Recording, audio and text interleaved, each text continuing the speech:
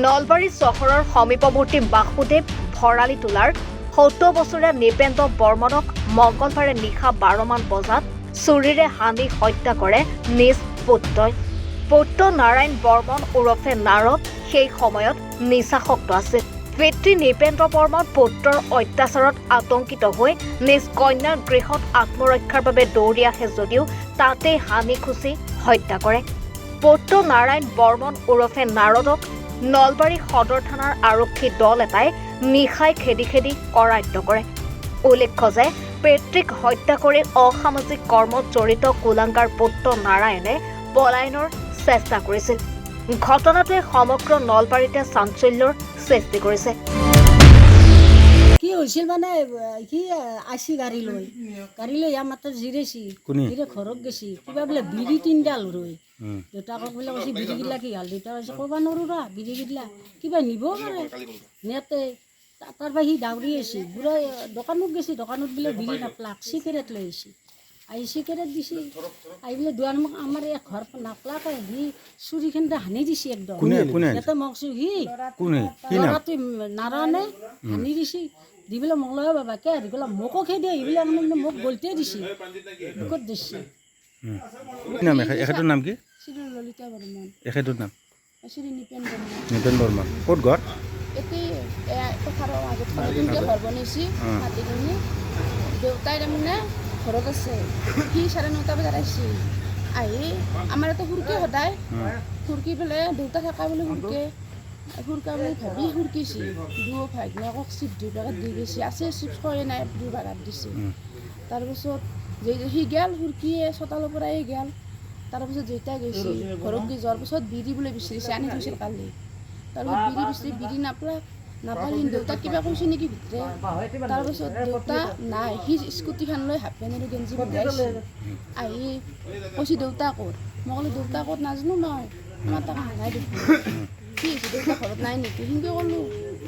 তাৰপিছত কি কৈছে দেউতাই টচটো মাৰি মাৰি সেইফালৰ পৰা আহিছে মোৰ সি দেউতাই তাক কৈছে হয় এই আনিছোঁ দে চিগাৰেট আনিছোঁ বিড়ি নাপালে সেনেকৈ কৈ দিলাক কুকুৰৰ পুতাক তই মোৰ বিড়িকেইটা কোক যে ক'ব নোৱাৰা ঘৰৰ পৰা কোনে কৈছে? সি কৈছে কোক যে ক'ব নোৱাৰা নয়নে তাৰপিছত কোক যে ক'ব নোৱাৰা ঘৰত থকা তই মায়ে তাৰ পিছত মায়ে গুৱাহাটীত থকা ঘৰ মানুহ তাৰপিছত সেনেকৈ কোৱাৰ পাছত যেতিয়া সেনেকৈ ক'লা মই নাজানো দে মই কিবা কাম কৰি থকাটো কিবা আনিবও পাৰে গলত কিবা মাৰি ধৰি ঠেলি দিছে ঠেলি পেলাই চুৰিখনে দি হাতত পাছফালে লৈ আছিল হানি দিছে বুকত চিন আছে এই হানি দা কোনে আনিছে? পুতেকে?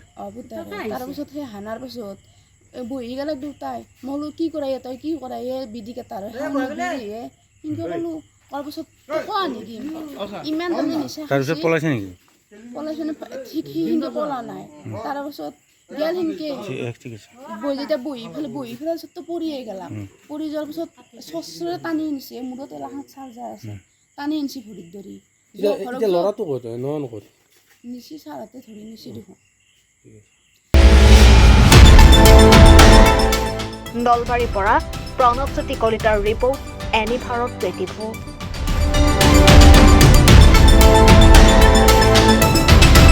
নমস্কাৰ, মই অজয় ফুকন আৰু এইখিনিতে সমূহ এনি ভাৰত চেনেলটোৰ যিসকল কৰ্মকৰ্তা আছে সকলোৰে মোৰ ফালৰ পৰা শুভেচ্ছা জ্ঞাপন কৰিছোঁ। অসমৰ আচলতে সংবাদ জগতত নতুনকৈ আচলতে এটি আত্মপ্ৰকাশ ঘটিছে আমাৰ নিউজ চেনেল এনি ভাৰত আৰু এনি ভাৰতৰ এটা খুব ধুনীয়া এটা অনুষ্ঠান হ'বলৈ গৈ আছে।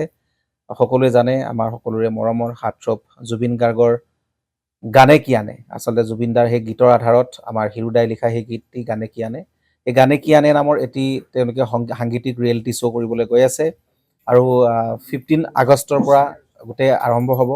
প্ৰথম অডিশ্যন অসমৰ ধেমাজি জিলাত আৰম্ভ কৰিব।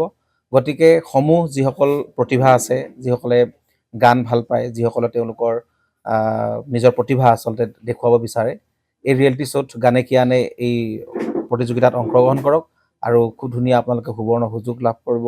লগতে ইয়াতে পুৰস্কাৰ আছেই বিভিন্ন ধৰণৰ উপহাৰো আপোনালোকে লাভ কৰিব আৰু লগতে এগৰাকী প্ৰতিষ্ঠিত আচলতে এগৰাকী শিল্পী হিচাপে অসমৰ সাংস্কৃতিক জগতত আপোনালোক প্ৰতিষ্ঠা লাভ কৰিব।